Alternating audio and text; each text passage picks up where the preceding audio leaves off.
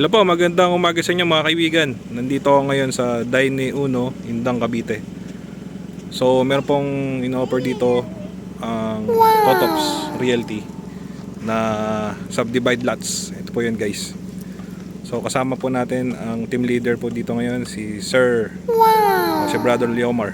Ayan. So good morning or good day sa inyo mga kaibigan at mga taga-subaybay ng ating farm lot. So gusto niyo po mag-invest dito, no? Sa atin pong farm lot, meron pa po tayong maraming available. So merong 500 square meters, 1,000 square meters o mas malaki. So ito po ay na-survey na. Meron na po yung mga muhon, may mga fruit bearing trees. Ito yung mo, no? Ayan, may mga tayo dyan. And ito po ay 500 square meters. So kung nakita nyo, may puno ng mangga. Hanggang dyan pa po yung 500. Medyo malapad po kasi yan. So kagandahan dito bro, pwede siya sa ano, no? Pre-selling pa to, no? Yung Pre-selling pa tayo. Yung payment nito, paano yung payment terms nito, bro? Yung payment nito, meron tayong cash. So pag cash po ay nagbibigay kami ng up to 40% discount sa cash. Nasa 1,850 lang po kasi ito pag sa 1,000 square meters. 1,800 per square? Yes, 1,850 50 per square per meter. square, yes. Oh. So by next week tataas na rin ng 200. Next week na, January 22. Pero di ba meron namang mapa yan, no? Ipa-flash ko na lang meron. sa screen yung map para I-flash mo yung ano dyan. mag-idea yung kasi mga itong buyer. area na to, may kumuha dyan. Tapos kanina yung nasa lubong natin, kukuha din siya ng 1,000 either dito or dun sa kabila. Ba, maganda, no? So 500 fast square moving meters talaga siya, no? Opo, saktong-sakto yung investment niya. So 500 square meters, 1,000 square meters pasok dito. So ang kalsada natin, ang lapad niyan ay mas malapad sa standard na barangay road, which is 4.5. Kasi tayo ay 6 meters. Pag sa staggered payment naman, bro, paano yung payment terms nila rito? Kapag po naman staggered payment, pwede tayong 2 years hanggang 5 years. May interest ba yun? Well, kung ano yung napagkasunduan, syempre kung mas longer terms, mas mataas konti yung ating price per square. Okay. Sa bagay, pa-flash ko na lang sa screen kung magkano yung, ano, Yes. yung sample computation niya, no? Meron naman kayo nandun, bro, no? Yes sir, meron naman. So dito, ito yung pinakaharapan. Ito yung pinakaharapan. Yes. Ano, sold out na ba ito lahat? Ito sa portion na to, may mga nag-reserve na. And yung iba nag-contract signing na rin. Magkano ba ang reservation rito, bro, pag gumawa? 20,000 pesos lang yung reservation. Ano yung deductible na yun sa price? Yes, deductible na. Ba, maganda, ano? Ang maganda po dito sa atin ay pati ang transfer ay tayo na rin. Kasama na, ano? All Capital in. gains, doc stamp, wala na silang aalalahanin. So kapag ano, pag kumuha sila, no, ibibigay nila sa kanila naka-title na yung ano, no? Yes, tama yun. Maganda pala, no? Tama po. So overlooking yan, kita mo naman kung gaano kaganda yan. Hindi ko alam kung recorded ngayon yung hangin. Maganda talaga yung hangin dito. Fresh pa, walang poultry. Kitang-kita yung mga ano, Ingay.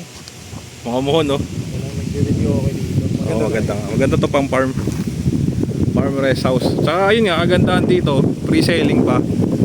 So mababa pa sila pang ano, pinaka-payment terms, no? Mababa pa. Kasi mostly ang pag sa Indang, alam ko mga nang start yan nasa 2,500 na o 4,000 na yan monthly eh. Ngayon dito sabi ni sir nasa 1,850, no? Ito yung pinakamura kahit libutin natin yung buong Indang as of now. Ano po, as the time of this speaking. Pero ilang units pa or ilang lots pa pala ang available dito? Madami-dami pa rin. Pero Roughly estimate tingin mo, bro? meron pa sigurong mga 10. 10, no? Yes. Na tagpa 500 or may 500 1,000. at 1,000. Oh. Then Doon sa 10 kabila, lots pa. meron din tayo doon. Pero expandable naman to up to ano, no? 100. Up to 100 hectares. Kaya habang maaga pa, mag mag-invest na sila. Oo, kasi pag nasemento na to, yan oh, yung mga road na wala na, tataas na ang monthly yan. Kaya guys, kung panood nyo to, ipa-flash ko yung aking number, tawagan nyo ako para at least po kayo sa tour, tripping, no? I-tripping po kayo ni Sir, my brother Leomar dito. So, Ito yung anong phase to, bro? ito yung phase 4. Phase 4. To, ito Yes. maraming bakante rito, bro, no? Oh, sobrang dami pa ng bakante dito. Ang nare-reserve pa lang itong portion na to. And then, yan, itong portion na to na may puno ng santol. Ayan. Yan, ito pa lang. And then, isa doon. At isa dito sa kabila. Yung overlooking doon ng 500. So, may 1,000 dito, may 500. May muhon na rin. 6 meter wide yung kalsada. Ito yung moho nyo. Yes. Ayan. Tapos yung kalsada 6 meter. Yes. So, anong oras ba ngayon? Ngayon ay 11:17 sa relo natin, no? Mm. Pero ramdam mo naman, hindi talaga ramdam yung init dito. Malamig pa. Oo, dahil nga sa puno. Tsaka elevated yung lugar, no? Mataas. Elevated, sir. Malayo sa fault line at malapit lang sa east-west road.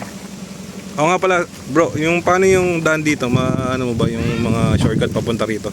Yeah, pag galing sila ng Manila, dadaan lang sila sa may Mamplasan exit. Tapos tatago sila ng Calax, lalabas sila sa Silang. So from Silang, Aguinaldo Highway, may daan na doon yung east-west road. East-west na road. yung dinaanan natin. So galing doon sa intersection, nasa mga 3 kilometers lang papunta dito sa property. Ayun. Malapit na malapit. Marami siyang mga access na daan papunta dito, no? Malapit, oo. Hanggang Batangas yung access nito. Very accessible. So, yan. Yung project nyo, bro, ito lang ba sa Indang o meron pang ibang property? Marami pa tayong projects na pwedeng bisitahin. Kagaya ng anong lugar? Mahabang Kahoy meron tayo. Saan yung mahabang kahoy? Mahabang Kahoy sa Indang, malapit sa Indang. Mendez. Yung Meron tayo doon. Meron tayo sa Halang, sa Amadeo. Amadeo. Okay, kung Yes. naghahanap kayo ng farm lot sa Amadeo. Pag sila ay nasa Gentry, 13 o kaya Dasma, malapit lang yung property na yan doon. Ayun. So may bubuksan pa tayo dito sa Alfonso. Alfonso. So abang-abang lang sila. Dapat nakaabang ka dito sa channel na to. Nag-subscribe ka para updated ka sa mga Ayun, videos na tama. mapapasok. Salamat po. Yes, ganun. So ito po, marami tayong mga kakao dyan. No? Yung iba nga dyan is ready for harvest already. So, Pag gumawa sila hindi naman na depende na lang kung tatanggalin nila. Pero mostly talaga, kung gusto nyo mag-farm o rest house farm, meron ng mga fruit bearing trees dito. Dami may na ilog din to. Oh, may ilog din? Yes, may ilog to hanggang doon sa dulo. Ganda Malinis yung ilog dito? Napakalinis ng ilog dito. Pwedeng gumawa ng swimming pool.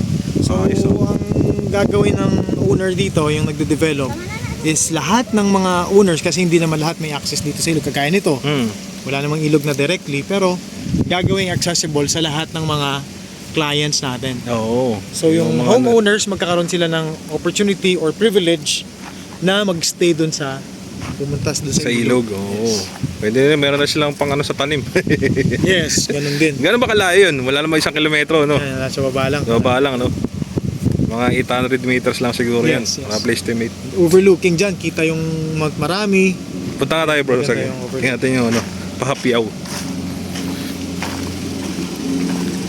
So, wala tong bank financing, no?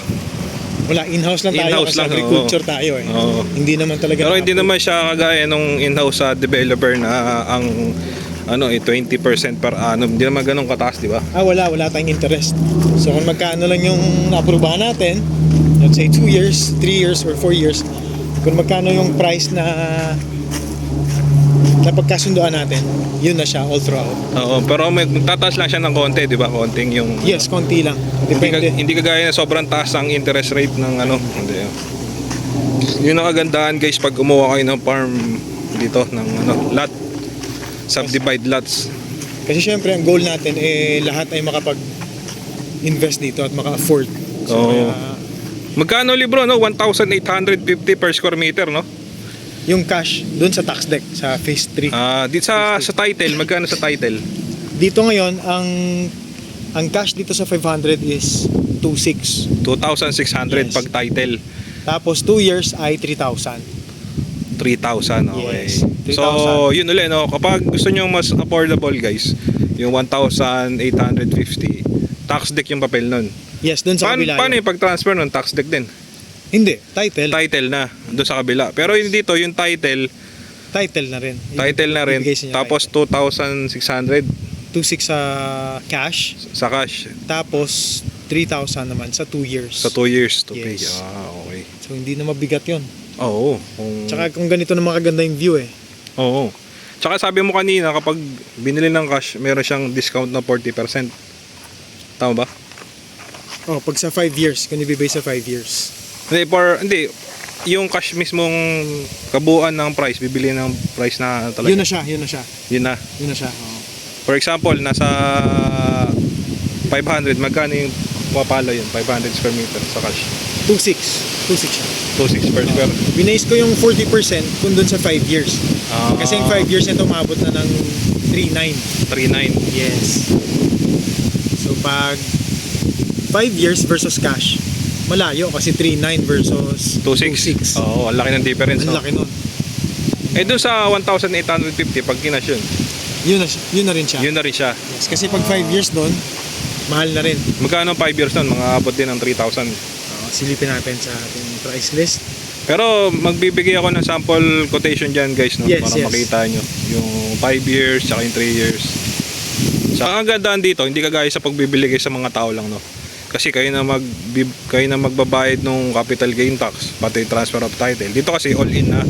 Pag pinili nyo yung kabuuan price, so yung Totobs Realty na ang magpa-process ng title sa pangalan ninyo, tapos ibibigay na lang ko sa inyo yun na malinis, no? Hindi na kayo magpa-process. Correct. Ganun kaganda guys. Tsaka kagandahan din dito, sabi kanina, pwede siya yung staggered payment. Pwede. Na hindi na kayo mahihirapan.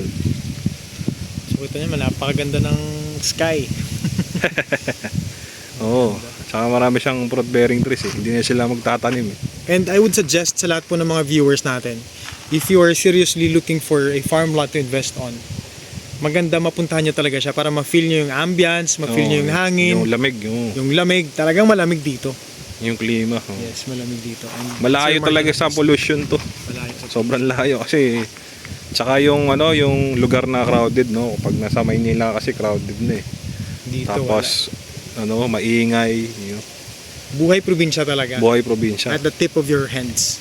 Kasi Tsaka, ganun lang eh. Oo. Tsaka pag titira ka dito lang, maano mo talaga yung pinaka-relaxation, no? Makaka-relax ka talaga. Tama ba Pero, yung sentence na relaxation? relaxation talaga, sir. Kasi hindi siya sobrang layo galing sa Manila. Dito pag bumiyahe ka, galing ka ng Calax. Sobrang lapit lang, less than 2 hours. Oo, Less than 2 maganda. hours. Pag pumunta ka ng Tagaytay, lapit lang din dito. Tsaka napakagandang investment to. Ayun talaga. Oo, hindi ma-waste yung pera ninyo kung nasa abroad man kayo ngayon. 'Di ba? At least may napupuntahan yung perang na 'di ba? Nasa mabuting investment. So yun po, maraming salamat po sa tumatangkilik ng aking YouTube channel. Kung nasan man kayo naroon, ingat lang po kayo lagi dyan. Stay safe po. Lalo na yung taga California, no? Ang lupit nangyari sa California. Oo, No? sa Los Angeles. Kung may mga kababayan po tayo dyan, overseas na nagtatrabaho dyan, ingat lang po kayo dyan. Dalangin po namin ang inyong kaligtasan araw-araw. Pinagtibay natin. Yun. So, yun po, no? Kung di pa po kayo belong dito, don't forget lang po to like and subscribe my YouTube channel para ma-update po kayo sa mga farm tour po natin. So, maraming salamat po kay Brother Leomar. Pupunta pa tayo sa kanila pang mga available na subdivide lots. Tutulungan natin yung mga viewers natin na gustong mag-avail niyan. Comment lang kayo dyan kung ano yung price point nyo, kung saan nyo gusto, at pupuntahan natin. Yun, okay po. So, yun na po. Maraming salamat sa inyo. God bless po sa inyo.